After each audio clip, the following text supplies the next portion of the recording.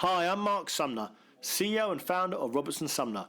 Welcome to the Channel Chat podcast, where we will share learnings, best practices and failures with some of the biggest names in the IT industry, all with the simple aim of being the go-to place for IT sales professionals and managers to learn from others with the ultimate goal of maximising performance and growing the channel.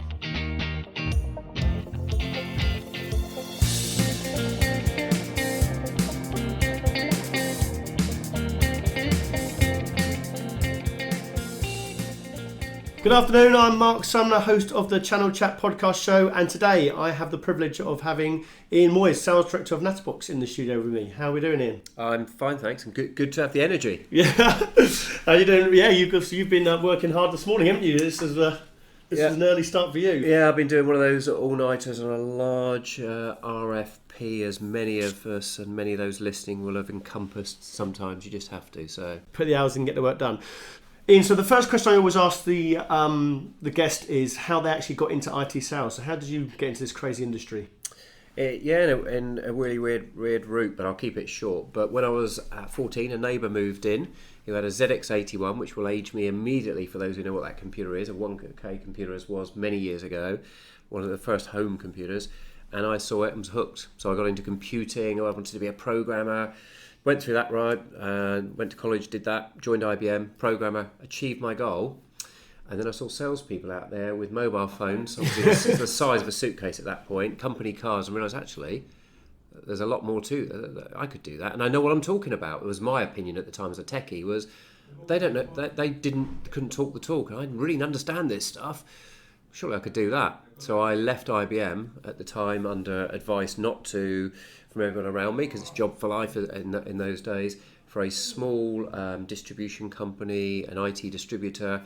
I never heard of the products, but they had a sales job going, which was a little more than I was on as a programmer, but it was an opportunity. So I put myself out there, had no sales experience, no sales training, didn't know the products, and I was in at the deep end. It was inside sales role, and it truly was the old school pad of paper, pen, price book, phone, figure it out as you go.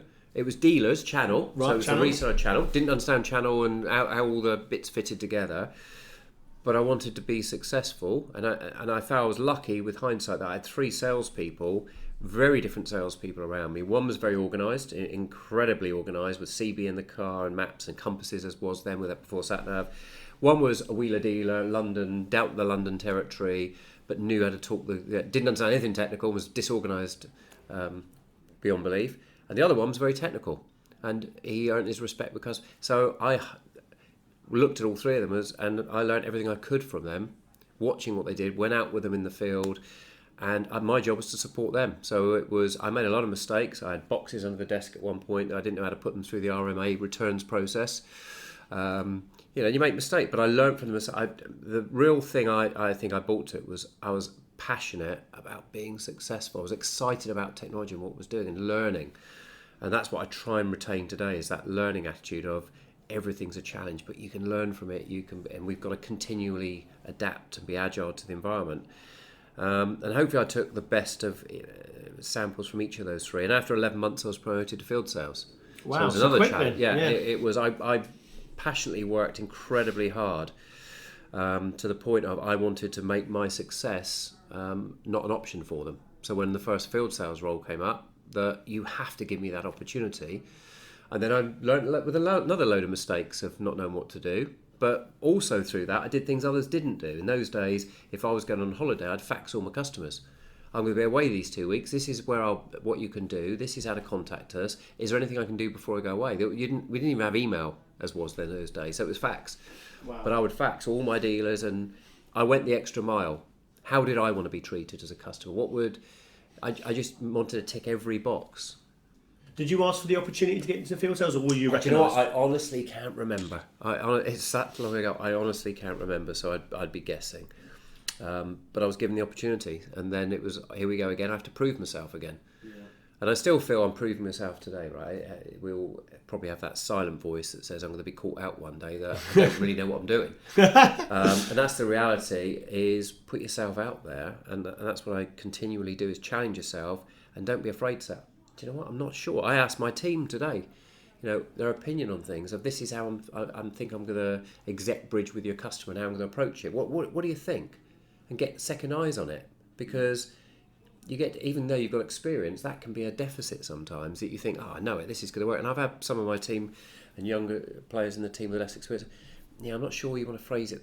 That to me read wrong way. Oh, I didn't see it that. Okay. Why, don't think you know it all. Yeah, that continuous learning as well. That's good. Yeah. So where did you go after your career after that? So you got into field sales after that. Where did you go? So I went through a number of distributors over the years. It was Novell Distribution, as was in those days, which was a leading product, which isn't really around anymore. And a little bit of a spell working in the reseller market. And then I ended up in vendor land, as a lot of people do. Not because it was a particular goal for any reason, just that opportunity came along and it was the right place, right time, right role, and I'll try that. And I enjoyed that because it gave me more focus, being from a technical background, to learn more about the product rather than having a broad product range. And who was that with? Who's the first vendor you went with? So I worked at Sphinx Distribution, those who remember Sphinx Level 5, with a multitude. It was the Unix distributor. Ran a third of their business, came in to build up the networking team as the world was changing from Unix to networking and the hybrid of the two. And I spotted a business called Capacity, which no one ever heard of, which had an asset management desktop product. We were a distributor for it through an OEM relationship with Banyan, one of our vendors. And I thought, this is great. This is I can sell this. So I approached the CEO cold, another one putting yourself out of your comfort zone, in Denmark. I just remember just sending them some sort of email. God, it probably wasn't as polished as I would do these days. I really love what you've got, and you don't have a UK office. I'd like. Is there any opportunity? Are you looking at this? And announced they reached back and said, "Yeah, we'll fly you over." So to me at the time it was really exciting. God, a company's flying me somewhere to be interviewed. Went over and met them in Denmark, and halfway through the day, then got the challenge of, "We'd like you to write a business plan." P&L of how you'd run it. Never done that before. First time ever running a business plan. Just sat me in a meeting room, said there's a PC with a spreadsheet, and just tell us what the costs would be and what you'd need and what you'd put in place and what you think you'd deliver. Okay, so I got 3 or 4 hours to work on it and then present it back to them, and they liked what I put. Now, I didn't know it was right. I was estimating product values, salaries, but we went with it. So we started the UK office. It was me, one of my old telesales people hitting. And I was bag carrying, right? It was country manager, country director, great. But I was a salesperson on the road warrior, inside person. Their job, find me channel partners who can sell this. And my goal of the channel partner was, don't worry about selling it. Find me meetings where this fits. So I went basic. I need to get revenue. So for a channel partner at the time, all I wanted from them was be a conduit to book appointments. Qualify within your customer base or your region this, and then call me, we'll have a chat, and I'll come. I'll do the demo, I'll do the presentation, I know this thing inside out, and I'll do it for you, but we'll put it through you and you'll make a margin. So you did a lot of work for them, really. But what happened was they started to learn. And now the first one that came up where I twigged was I missed a flight. First and only flight I've ever missed in my life. And the reseller phoned me and said, "Where are you?" Because going from different airports. I went, yeah. I said, "Don't worry about it. I got this," and did the demo. Because he'd seen it. So he said, "I've seen it so many times. I know what to do." And it suddenly realised the way to get my opinion, and I learned that way to do it, to get a channel on board, is by osmosis. Don't put them in a room and train them. Support them. Put the extra effort in at the beginning. Handhold them. Teach them to fish. And then slowly let them hold the fishing rod, and you don't need to be there anymore. They're catching fish. And it worked, and I repeated that model again and again. But it is labour intensive, and it's frightening to do because, and resellers often, I found, were, "Yeah, but I don't want you in front of a customer." And yes, you do. I'll help you win quicker and faster, because as the vendor, if I can't sell my product better than you, what am I doing? Yeah. I should be the expert knowing everything. I'll show you how to do it. I'll get you some money on the table. I'm not going to eat your margin, but that's your training. It's on-the-job training. And that's how I learned. So maybe that's where it came from. That's what I originally learned, by watching people around me and picking the bits that worked for me to become successful. Why is there a resistance from vendors to do that? Because most of the vendors I hear go into sort of distribution or resellers, and they go and do this classroom training, this is the product, etc., for an hour, and then they just kick out the resellers and they have to go and sell it. Why don't they do that for the first few meetings, go out and So my opinion and perception, which is open to debate, is that a lot of the people they have who are their channel account managers, can they do it? You know, and would the reseller trust them to do it? And that was the barrier I found, is the resellers. So here's the tipping point. Once a reseller put me in front of a customer, I had to hone them back because they wanted me in front of every customer, anywhere, any size. Because you're the best salesman to sell their product. Boy, did I know that product, how to position it, who the competition was. There was no one, you know, because that's all we did. Whereas the reseller salesperson, it's got a lot more breadth to do. How can they be that specialist on everything? But that was the sign to me, as they want me at every meeting. Great, that proves I know what I'm doing and that we're winning the deals. Now what I need to do is edge them so they can start carrying the bag themselves. But if your channel salesperson can't stand in front of an end user and act like an end user salesperson for your product and demo, answer the questions, handle the sales cycle, handle qualification around your product and solution and service, then they're not going to be in their comfort zone, number one. Two, are they going to do a good job that the reseller's going to like it? Because it's the reseller's neck and reputation on the line, right? If they put you forward, you know, you put someone up for your school as a performer to sing, and they're the worst singer on the planet, it's coming back on you. Yeah. If they're fantastic, everyone's going to be patting your back going, oh my gosh, who else do you know? Yeah. You know, so that's the challenge. It's your reputation's on the line. And they've got to trust you to do it. And so are your people good enough to do that? Training a reseller in a room's easy. Yeah. Being in front of the customer, you're now showing them you can do what they can do. Yeah, because the last couple of guests I've had on the show, there's this perception that channel salespeople aren't great salespeople, they're failed end user salespeople, and also as well they just sort of go for the sort of like the coffee and tea meetings and turn up and do the training. So do you feel that that's a valid point to say that these channel salespeople are sort of failed salespeople? So it's a perfect segue into what I experienced. So I did channel sales for something like 25 years. The last 5 or 6 I've done managing direct teams. So I went from the inside sales to being an account manager for channel, to doing direct sales at different points, to being a sales manager, then a leader, you know, as you develop through. And I've been a leader for many years, still bag carrying, like going out meeting customers, knowing what's really going on. But we all have points in our careers where we're interviewing, and that maybe is another subject we can touch on. And I went through interviews where it was an end user selling role or leadership role. And I was distinctly judged that my background was channel as a disservice to me winning that. So I'd get down to, say, the last 2, and I would ask a question. If I lose a deal, if I lost it, I'd go back to them and say, really respect your decision, but may I ask what was different? Can I learn from it? And I'd ask. And we felt the other candidate had the end user experience. You at channel, you came across really well, you did that, everything great, but they felt safer because you haven't done the end user piece.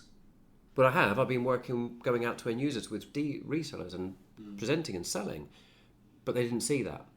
So I think there is definitely that perception. I've heard the term called channel fluffies before, which is can you really sell? Or is it relationship building and nurturing, and you can help me with my price, you can help me when there's a bid, but you're behind me, supporting me, which has its role to play. But my question is always, would your reseller, if they were going to go sick and they had an important customer meeting coming up, trust you to go in without them and represent it? It's about your product, you were going to go together, they've called sick, or would they call the meeting off? Or would they say, fine, you do it, Ian, you do it? That's when you know you've earned that equity. And how many of you have found that happen? You know, and in your heart, are you truly an end user salesperson, or do you feel uncomfortable? There's nothing wrong with that, but you've got to get over that. But I was judged. You were typecast? I was judged. I was absolutely typecast based on a good track record, consistently performing. Yeah, I always have our good and bads, right? So I haven't always hit target. That's a reality. Everyone fudges in interview, but a good track, all the good. And I'd get down to the last 2 for seniors where I didn't have end user experience, but that would always be we went with someone because they did. How did you get the opportunity to get into this? So how I got the opportunity to do it was because a CEO who'd employed me before running channels employed me in a different company he'd founded, and it was direct. So you got the opportunity. So it was a bit of luck involved. Well, do you think you'd have been stereotyped? I'd like to think it was my reputation that he'd employed me before and knew and trusted and knew he can do this. He can do it, yeah.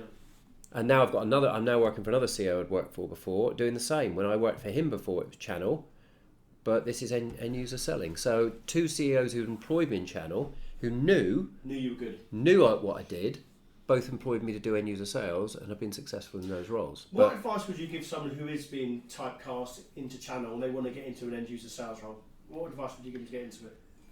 It's a hard one, right? I mean, because I demonstrated that I'd done end user sales, and I would talk in those interviews about end users I'd met and the sales cycle, which if you're a channel person not engaging, you wouldn't know. You'd say, well, I won this customer. Okay, talk me through the sales engagement. Talk me through what happened. Well, you wouldn't know because it had been done by your channel partner. But I could talk them through the story. So I had that as well. So I think it's perception, and it's in recruitment, being on the other side of the table. What does the recruiter want to do? De-risk. Everyone's about, particularly in sales, how many people want to take a risk on a salesperson what happens if it doesn't work out? I've lost the opportunity value over that period. I've got the recruitment cost, fee, time, effort. I've got to do it again, delayed. So people go for safe bets. When you're interviewing Ian, would you employ a channel salesperson in a direct sales role? And you're doing direct now. So I've done it. I've interviewed and recruited channel people, but likewise, I'll say I've made mistakes. I've recruited people who looked like they could do it and they couldn't make it. So there is a risk. I'm not going to say there isn't, but it hasn't stopped me doing it. You know, you can't put all people into the same square peg based on that's their history. But you've got to test them. Do they really have the selling skills, and have they done it before? You know, but there is a connotation, and I think a lot of channel people to do end user sales will need to adjust and learn new skills. But there's nothing wrong with that. The same going vice versa. Could a direct person, would you employ them as a channel person? But they're still a salesperson if they've got good fundamental sales skills. But they've got to learn something. They've got to learn your product as well. But they don't know your product, but you employ them, right? Yeah. So there's always. So it's just trying to mitigate as much risk as possible. But there's definitely a resistance from even recruiters. We look at when we got an end user sales role, can't put him forward if he's done channel. They won't like that because he's done indirect. And that's people need to think about this because the world's changing. Jobs are getting more challenged. Sales is changing. So if you're a channel salesperson, I would say, are you typecast to your words, and is that going to limit your future opportunity? I feel opportunity now that. I don't know. If I went back for a channel role, would I get, well, you haven't done channel for 6 years, but I did it for 25 successfully. But I'd probably have the same challenge. It's de-risking it. But I think I've got a more balanced profile now to utilise for that. And certainly with sales changing, there are new skills that I think people need to adapt. Social selling, understand personal brand, and the methodologies. The fundamental old methodologies still apply, but there's new ones, there's new techniques, there's new things you need to do to continue to stay relevant in the selling world, whether it's channel or direct. So that's a great intro into the topic. So we've been talking over the last few weeks about old school techniques, door knocking or cold calling, etc., and then the wonderful world of social selling. Do you think it's a combination needed, or do you think we are moving to much more social selling? It's absolutely a combination. So I fell into social selling, not before the term was there, and I think the term's wrong, and I'll context why in a second. But I fell into social selling because getting to the table of sales opportunities was getting harder. And I think that will resonate with everyone listening. It is not the same as it used to be. We all get inundated now. We all filter everything. And technology enables us to filter, even down to your home phone now, where I've just got a new home phone, which filters out every junk call and screens them for me. I don't get instantly, I turn that on. I've not had a single junk call in months. None of these deadlines calling anything. Technology is helping do it. So it's harder as a salesperson, whether B2C or B2B, to get through to people because we're all busier than ever. We're all inundated with multiple omni-channel communication methods. We've all got on our phone probably some text messages, a load of emails, WhatsApps, personal email, everything, and it follows us now. You go out the office, it's in your pocket, you've got 5 minutes in the cab, and you've got all your social feeds. It's hard to switch off, so you filter more by the nature of the beast in the world we live in. Therefore, how's a salesperson going to get through to you? Now, what we've seen is, and I've seen people misunderstanding social selling. Firstly, social selling I have people, and I've spoken about this, well, my product couldn't be sold over social. That's not what it is. Social selling should be called how to get engagement with a new prospective customer using social media platforms and techniques. Doesn't roll off the tongue, right? So it's social selling. Yeah. Social selling isn't about taking orders over social. It's not about posting on Instagram and then they click and place an order. That's marketing. Social selling is a methodology. It's not a platform. It's not LinkedIn Navigator. It's not Twitter, Facebook, Instagram. It is a methodology which complements your traditional techniques of closing, negotiation, questioning, and all this stuff aside. That's still valid. Where social selling fits as a method is in the top of the pipe. You can use it throughout, but majority of the use of it is at the top of the pipe. How do I get a conversation with someone I want to converse with in the first place? How do I get engagement? And once I get engagement and get over that bridge, move it to an existing channel. So an example being, if you meet someone at an event, you turn up at some event you've both gone to, you might chit-chat over the coffee. Oh, you come to such and such event? Yeah. How did you get stuck in the? Oh no, I came in a different. Oh, okay. Where'd you come from? Oh, oh god, I came 4 hours. Really? Oh, I used to live up that way. There'll just be a chit chat. Yeah. You don't immediately start selling to them. You're building rapport. You might go off and do something. You bump into them during the day. How'd you find that session? Yeah. Well, who'd you work for out of interest? You gently nudge the conversation forward. So you might go, oh really? Oh, we're looking at something. No, I did an event a couple of days ago. Bumped in somewhere, just checked, and it turns out they do some telemarketing side, and so I said actually it might be interesting to have a conversation offline about this, but it developed over the day. It wasn't what do you do and I'm looking for something, and it wasn't he pitched to me. We just bumped in it. The conversation just naturally went there. You wouldn't go up to them at the coffee and go, hi, my name's Ian, I work for do you use this? And I'm trying to go straight into a pitch mode, right? Yeah. That's what people do on social. Yeah, it happens all the time. I get loads of connection requests or in-mails. Hi, it doesn't even say my name half the time. Hi, and then a list of products and services and pricing, etc. And are you looking at HCI software? All this is totally irrelevant. Why do you think people make that classic mistake of doing that? They go into pitch mode straight away and they think that's social selling because they're doing in-mail campaigns or using Sales Navigator.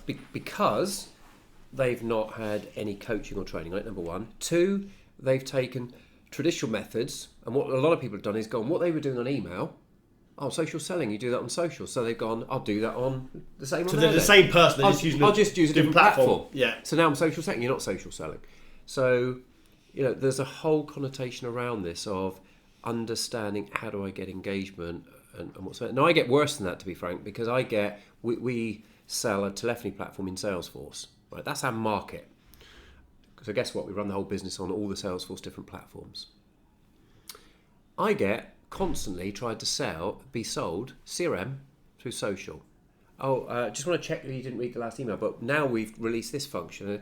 CRM, if you want an advantage, this of our CRM platform. Right. Well, forget the message not being the way to do social selling, because you've got no engagement with me or interest. You're just selling and selling me chucking noise at me. But you haven't researched me in the first place. You've missed the first stage, which is, it's about find, listen. You haven't listened. My profile has all over it, and the company has all over it. You can see who I work for. Within 5 minutes, you can figure out, oh, actually, hang on a minute, look at this. This is all Salesforce. You could figure out, and then look at the content I write, go, they haven't done that. So it's falling on deaf ears every time. That even the message, I'm never going to be a customer for you, but you're going to keep sending me this stuff and keep trying to nurture me. Because you've missed the first part, let alone the second part. That's where it's a methodology. It's not a platform piece. And people often ask, well, which platform should I use? I don't know. Depends where your customers are. What's your buyer dynamic? What's your buyer persona? If your buyers are a certain age group or your product is very graphical, if you sell designer furniture, Instagram may fit to start engaging. Who talks about that on there, and who can you get sharing your thing as an influencer for yours who gets to your audience? You can get to your customers indirectly. But you wouldn't put, if it's widgets you sell or very complex enterprise software, what are you going to post on Instagram that's going to attract a customer? They're probably on LinkedIn, great, and they're probably CIOs or CSOs, great. How are you going to engage with them? Well, who knows them? What do they listen to? Find the individual you're trying to engage with, and what I call being Sherlock. So a phrase I fell upon myself, Alf, is be Sherlock, not Lestrade. Lestrade in the Sherlock stories from Scotland Yard would walk into a room, make an assumption, seeing 3 bits of information, and say the murder is so and so because. Sherlock would walk in 5 minutes later and say, no, you're wrong, because I saw 20 other things you didn't spot. You could have seen them, but you didn't. And I've also... You weren't open to them. I've correlated those and come up with a different assimilation of how we approach this, right? That's what you need to be on social. The number of times... And I'll get it. I coach my sales reps. They'll be looking at something, and they've got the habit now. They'll come to go. We're talking to this company. We've got an opportunity. First thing I say, who are we talking to, or who are the contacts? And I'm immediately on LinkedIn looking them up, and trying to figure out firstly, well, what are they on there? What does their profile look like? How long have they been with the company? Oh, they're 2 months in, or have they been there 10 years? That means a different in how they're going to act and behave. Who do I know who knows them? Is there anyone I know well that I can reach out to and say? So we're trying to talk to Sue. Paul, how well do you know her? So I'd reach out to someone I know well that Sue's perhaps connected to and ask. And sometimes it's, I met her years ago and no real value. Fine, but I asked. Sometimes it'll be, when her kids go to my school. We see her often for dinner. Now there's a different conversation, right? I can shortcut things and ask, well, is there any chance or... Yeah. But I've looked at that level. But then I look at what other social profiles. Have they got it linked on their profile? Where did they go to school? Scroll down the bottom. All people tend to look at is what's their job role, maybe who they're connected to. That's it. What do they post? What do they like? Oh my gosh.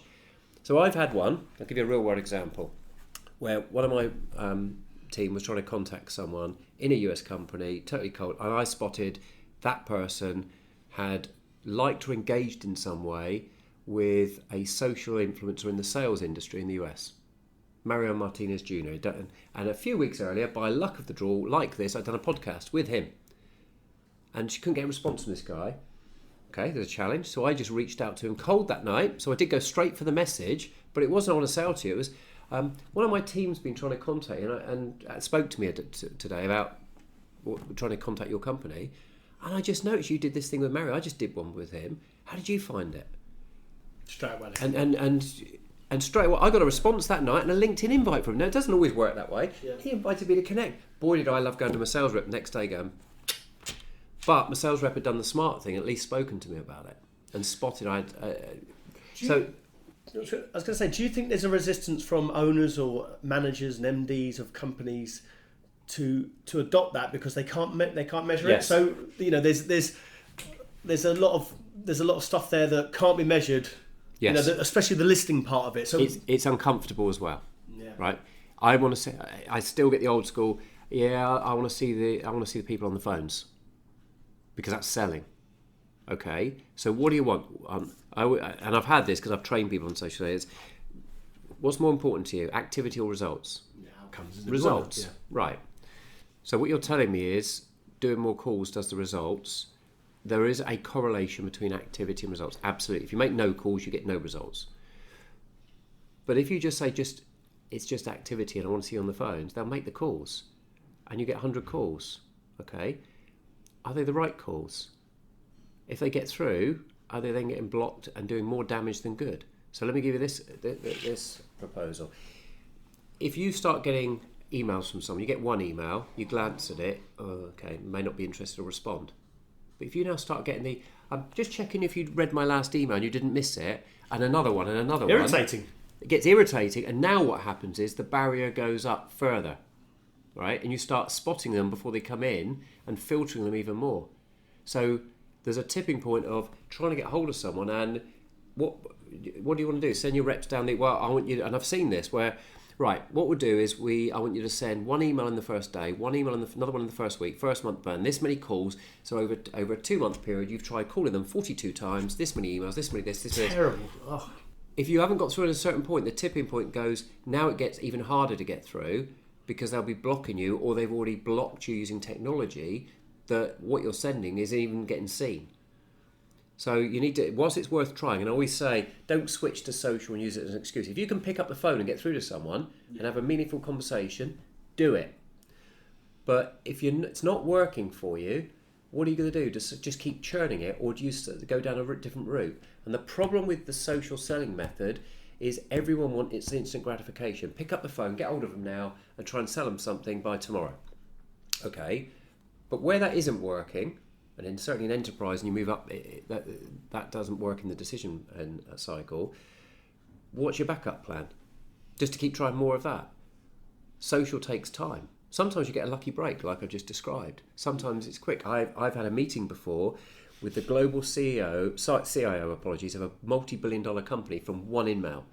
But I spent a lot of time researching that individual, what interviews they'd done, and what their agenda was in the annual report, and figuring out and socially sort of semi-stalking them in a way, doing that Sherlock, to figure out, is there an angle I've got that's of value? And I found someone connected to them and sold to them. So I know them. I'd sold them all this, phoned him, had a long conversation, understood what his persona was of this individual and what sort of thing works, and then crafted something that absolutely had value to them in their agenda, and it worked. And I got a response saying, my PA will be in touch to set up a meeting. And when I met them, the first thing they said was, you've done incredibly well getting here. I don't meet people, because everyone pinged it.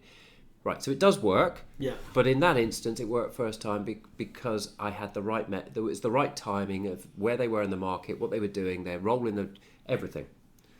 At other times, social selling can take months and months of nurturing, and it can be as simple as liking their content or commenting on their content of, I love that comment you made on the salary review, we published this a few months ago that had some other stats you might find useful. No agenda to get anything out of you, just over time, through doing that, I found people followed me back or invited me to connect because I wasn't out for something, and said, "Oh, I noticed you do that. We might be looking at that," and invited me to open the door of conversation that I'd wanted in the first place. But I'd earned the right over time. But at least I got there. I'm at the table now, as opposed to I could have called them 50 times and never been at the table. But I had activity going on. So, to your point, for sales leaders, with salespeople doing this, it's uncomfortable because it doesn't look like they're doing selling. Yeah. You've got to have a lot of trust and emotional intelligence and a lot of patience to be able to adopt that strategy. So if you were going to give some advice to channel leaders out there in the market who want to adopt a social media strategy, what's the first thing they should be looking at? Well, first thing is to understand it complement. It doesn't replace what you're doing. It is it's another tool in your kit bag where the other stuff doesn't work.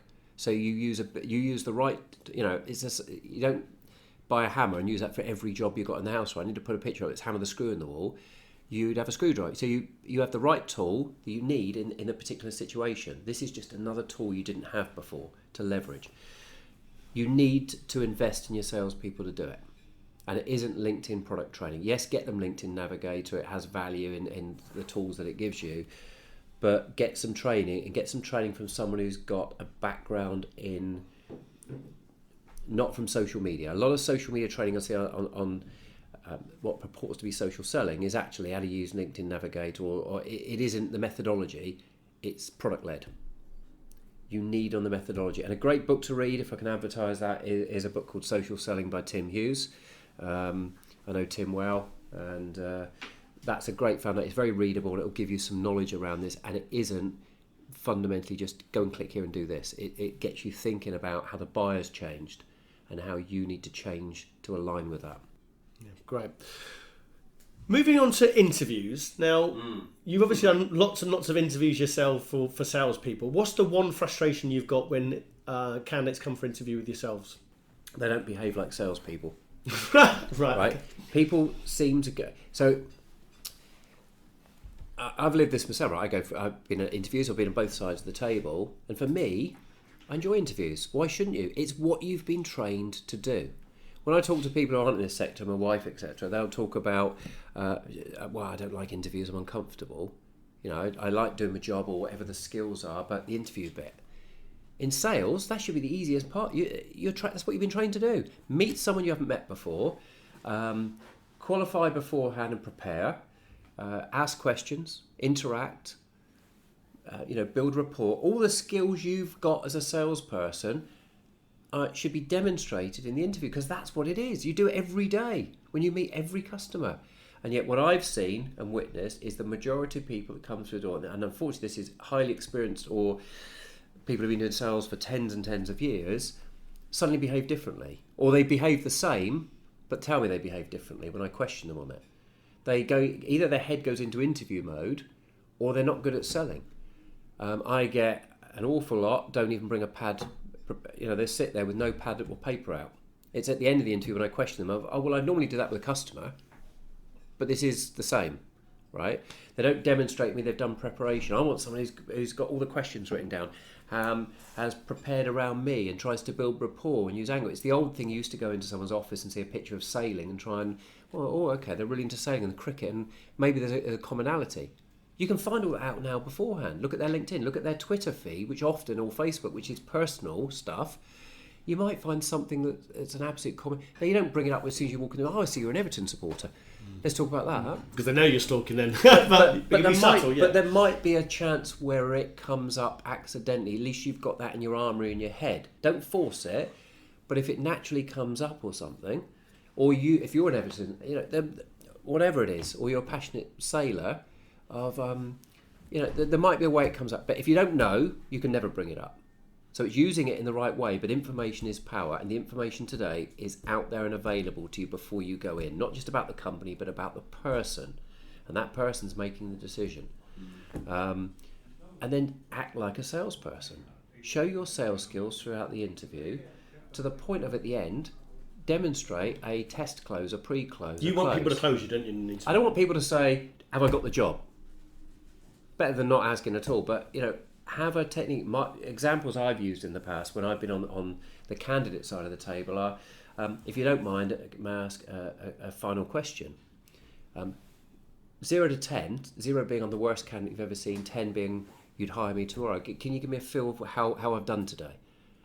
And more often than not, I get two things. One is, that's a great question. I love that. So I've just got some more brownie points and a rapport in the meeting because, wow, that's a good way of positioning it. Yeah, it's a great question. Now, whatever they answer, I've got another question to ask, right? So if they say, probably a 7, Ian. Great, thank you for that feedback. What would have made me an 8 today? Now, by asking that question may have made me an 8, but what would have made me an 8 or 9? What would I have done differently? What would you have heard that... Because obviously, there's a gap there. You're then uncovering the reservations and automatically... Bang. I'm showing selling skills, but also helping myself to nudge myself around. Or you could simply ask, do you have any reservations about my ability to do this role? There's lots of ways you can position it to get in your comfortable phrasing. Now, I've coached other people who aren't salespeople, who've got and friends and family who've gone for interviews and got them, and they need doesn't come naturally to ask that question. One of them did that recently, nothing to do with a sales role, and they got exactly the same response of that's a brilliant question, and it helped them in the interview. It's not rocket science, but I don't get asked by salespeople who've been doing it 20 years.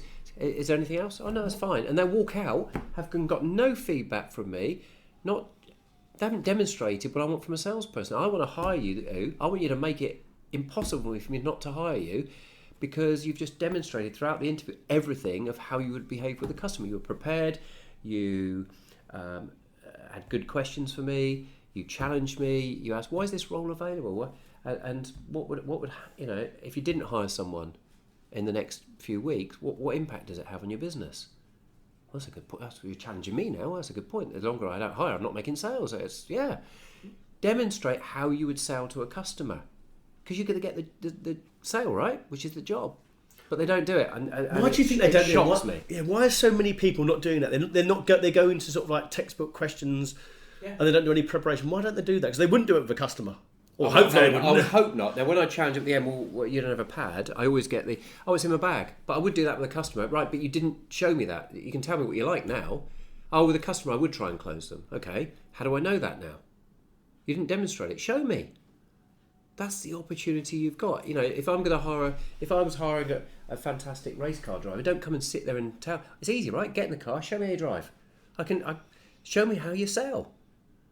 That's how you're going to get the job. That's how I go into every interview when I've been on the candidate side. Is my mindset has been, how do I demonstrate to them, de-risking it, that boy am I a salesperson. And I think that's how I got shortlisted for roles where I was up against people with far more experience. And I lost the role, because I couldn't tick a particular box of experience, but I got to the final hurdle.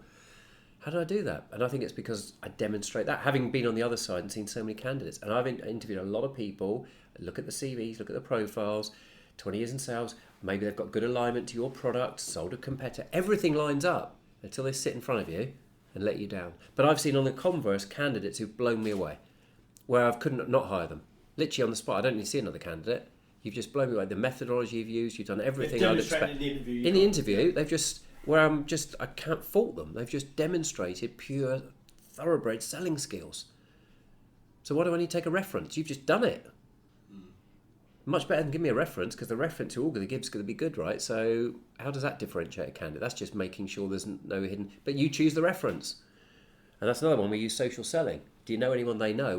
Once you're through that, I challenge people. Okay? And I've done this where someone's come across reasonably well. I said, can I take a reference from XYZ? Because I noticed you know them. They used to work for me. And I've watched their face change. I've watched their face change. They start worrying. Of course you can. And I've taken it. I've gone, no. That's the best reference because they didn't select them. No one gives a bad reference. Yeah, no, they can't. So, moving on, 75% of world trade is done by a third party. So my question now is, what's your view for vendors on a direct model or a channel model? Why do vendors do both? Why do they actually compete against their own partners? What's your view on that? Yeah, and I think that word, I watched this world when I was in channel, I've watched it continuing, and I think we've seen some changes. So in the IT sector, traditionally the values of a channel partner in my view were, originally they were stock. You had product that they would carry the stock for you, and they would carry the finance of the transactions. So you'd have a distributor perhaps who would carry the finance risk and the collections piece. So they do some of the heavy lifting for you. They give you geographic coverage, so that was a great one, right? So if you're selling a product and you don't have, as I described, this company didn't have an office in the UK, who's going to sell a product over there then? It's difficult to sell it remote in those days when it was a physical product. And then it would be vertical market expertise. So if you're particularly expertise and you know all the people that are in legal, that's a conduit for me to sell my product into the legal sector, rather than trying to learn it myself. And you've got the relationships, who you know. So all of those were the mix of value in my respect for channel. That's what I'd look for from a channel reseller. How many of those in a Venn diagram overlapped? And the more of you got, the more value you had to me, because you could give me something outside just having someone resell the product. If you're in a particular region and you can sell the product there, and I'm 1,000 miles away, you probably have more success than I am, and you could be local. And so there's the value piece, right? And that's where you get your margin. I think a lot of that's changed with cloud, and that's the sector I've been in now for the last 12, 13 years. And I watched it, and I for several years, you may remember around 2011, 2012, was out advocating and evangelizing to the channel the differences with cloud and how you need to change your value back up the food chain. Because with cloud, if I'm a vendor looking at you as a channel partner, whether it's 1 or 2 tier, I don't care about stock, right? Because there isn't anything to stock. It's all in the cloud. So that's gone. Credit, don't really care about that, because if the customer doesn't pay, I can switch them off. It's like Sky TV. If you don't pay, or BT, your service is suspended. So it's not like the old days where you put a product in. If they didn't pay, you can't get it back. So there's a credit risk. There pretty much isn't. You won't get paid, but your product isn't exposed. And the values have changed, right? So region. Do I need a geographic reseller to sell a cloud solution? I can sell a cloud solution from anywhere in the world to anywhere in the world without even having an office there. So at Nanobox, we now have offices in Australia, in the Asia-Pac region, and in the US. But up until having a US office, we were doing a lot of business in the US for large transactions, totally remote, having never met the customer, contracts of $700,000 and pounds. Totally remote, all over the phone, all web piece, for a complex piece of telephony technology integrated in Salesforce. So you can scale more if you've got more local presence, which we now have our own local office, but it's not. You can now do stuff you couldn't do in the old product world. So the dynamics have changed. So I was evangelizing to channel partners, you need to think about what is your value, not just to the customer any longer, but how is your value changed up channel? What is your value to a cloud vendor? Integration-wise, is it still the same? So it's a different technology. Now, interesting there that the one I'd cite is Salesforce. Salesforce does not sell in the majority through any channel. They sell direct. And they're one of the most successful growth software companies, SaaS companies, on the planet. What their channel is is partners who implement, is services partners who wrap services and wrap other products like us, we're in their app exchange, who create other value products around it. So we're in the ecosystem, we're a partner of Salesforce, but we don't resell Salesforce. The customer buys Salesforce, we then sell our technology alongside to complement. It's a different type of channel, and I evangelized many years ago, channels are going to change where you become a co-opetition. You maybe aren't the same type of partner.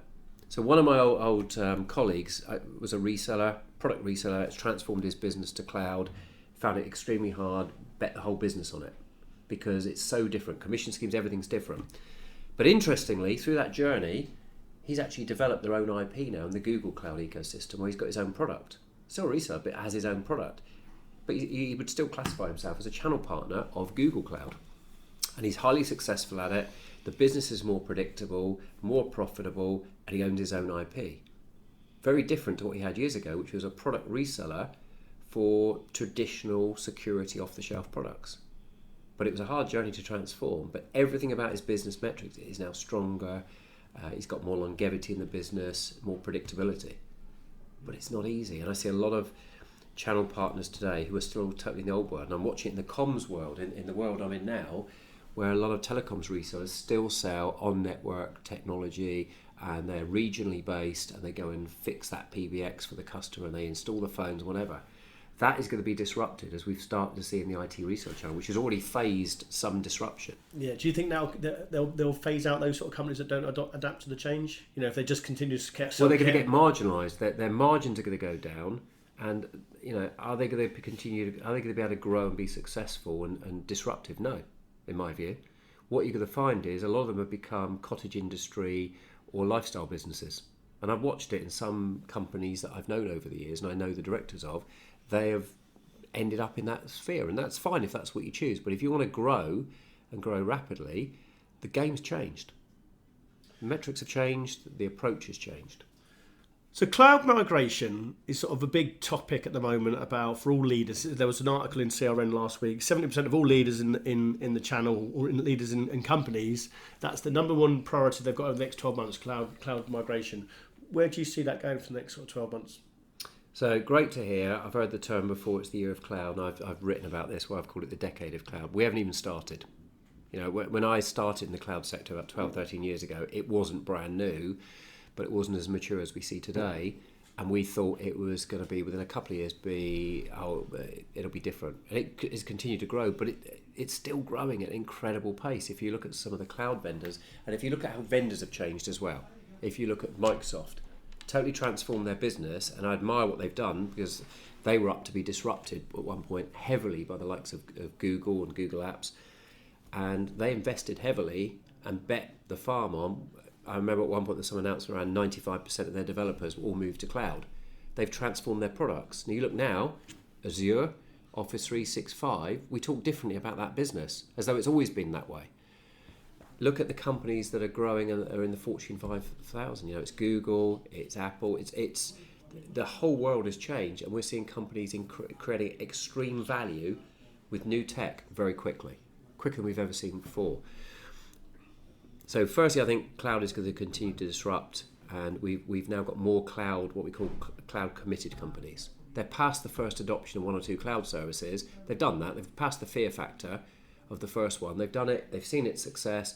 They've seen it works, and they're accelerating more and more migrating to the cloud. Legacy stuff's harder, where it's legacy particular applications because it's reporting or recoding. But where it's traditional IT, like email was the obvious one, and security and backup and storage and apps, so traditional off-the-shelf apps like CRM, it's gone to the cloud. Something like 70 to 80% of new CRMs now is cloud sold. You know, that shifted drastically very quickly. But what we still yet to see is massive acceleration, and we are going to see that where it's cloud first strategy, and that's definitely we're starting to see where companies previously, I saw a piece where it was, well, we might consider cloud, but we're fearful of it. Then we moved into the phase, I think, where it was, we'll definitely consider cloud in every project, at least put it on the table. Now what we're seeing is projects which are going, we're going to go cloud, it's just which one. So we've seen that sort of maturing of opinion. The The other thing we haven't seen is disruption in the cloud sector itself.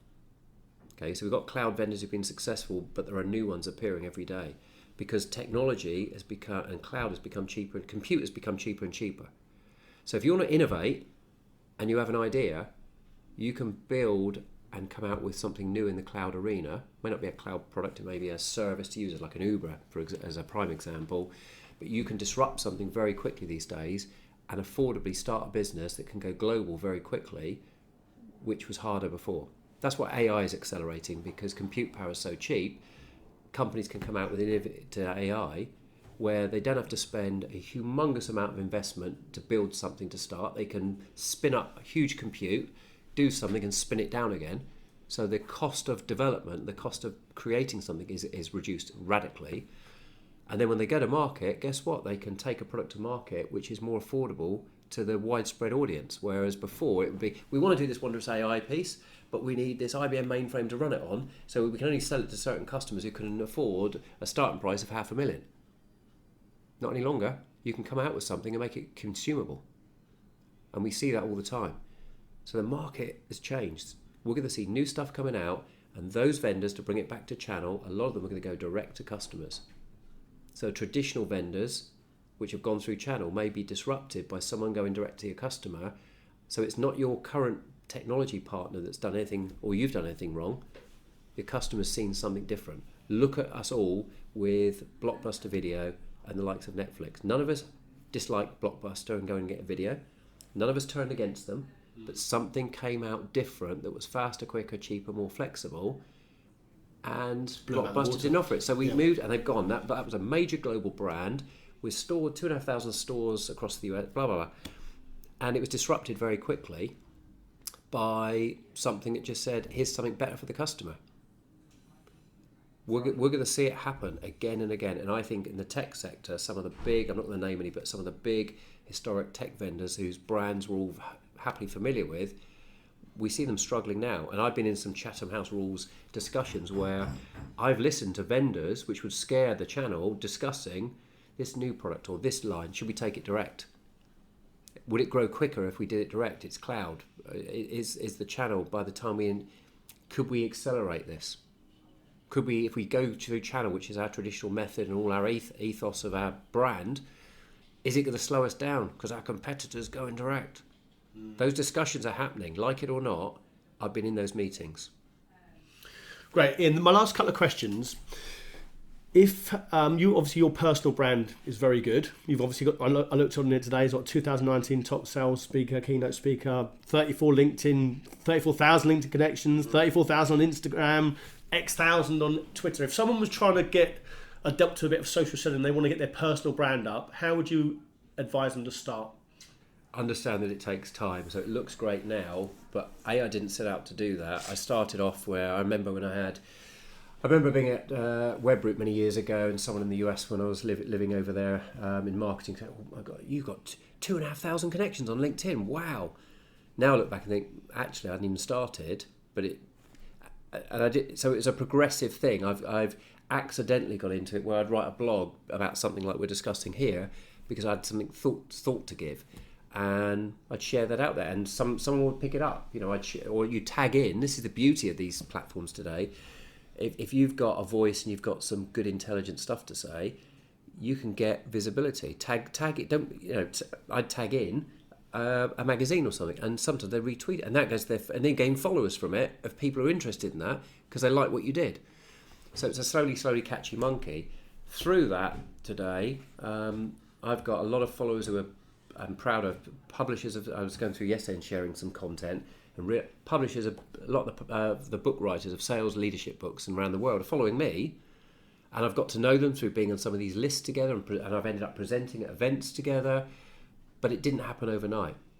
Building a brand as a company doesn't happen overnight. So doing your own personal brand, you've got to start somewhere.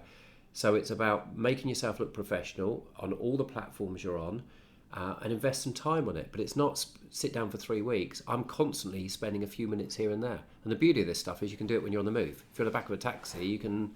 And I look at what other people are doing.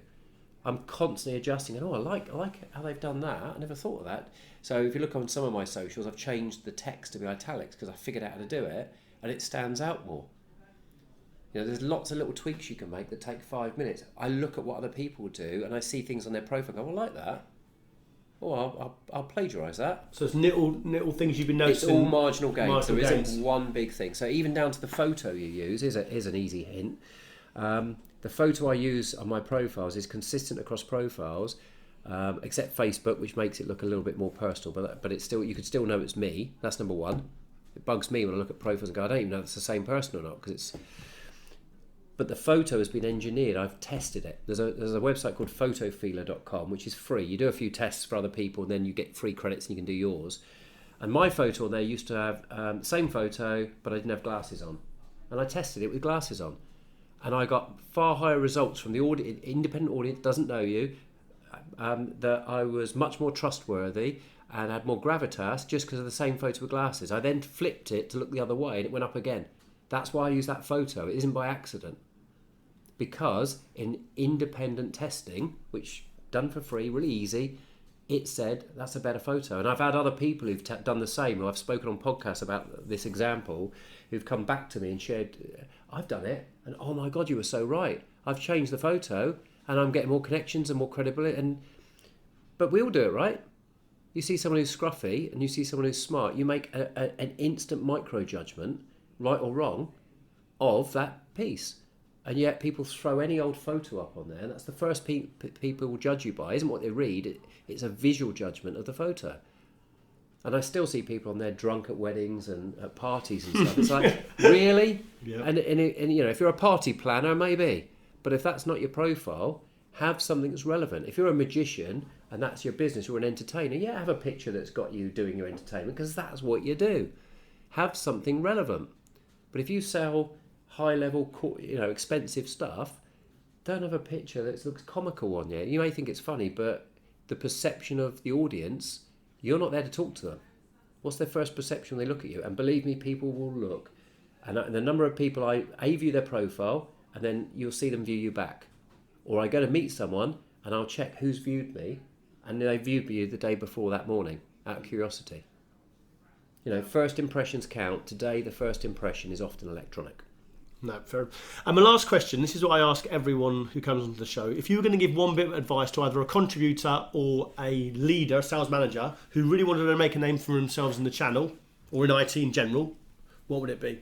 Well, the short answer that I've got there is work hard, work harder. Even the social stuff and all this stuff is effort. And I do stuff out of hours and I put effort into doing it. It doesn't create itself. So people say, how'd you get your bike? How'd you get to do social influence for these big brands? Or how did you end up on that top speaker list? How'd you do this?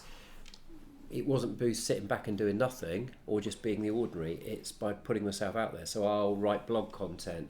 I do podcasts like this. I give back and I contribute and hopefully give value to other people. And you get spotted for things. So, often I'll do a podcast or a blog and someone else will reach out and go, do you do speaking? But if I hadn't done the first bit, you'd never got the other opportunity. Challenge yourself, stretch yourself, put yourself out there. Don't wait for it to happen to you. But it takes work. So the bottom line would be hard work. And I've lived with that throughout my career. I think coming from a programmer, it was a different mindset. But when I moved into sales, I didn't know what I was doing. So the one thing I could do, and I always thought, is I can work harder than the people around me to make up for it. And I haven't managed to shake it off. So I work long hours and put the effort in. And often I get people say, how do you find time for all this? It's challenging with a family. But if you want the results and you want the outcome, you have to put the effort in. Ian, you've been a great guest. Thanks very much. Thank you. Thanks for joining us and listening to another episode of our Channel Chat podcast. If you've enjoyed what you've heard and are listening on iTunes, please could you give us a review and subscribe in order to get the newest episodes as soon as they're released. Otherwise, as always, we release an episode every Thursday at midday, so hopefully you can join us then.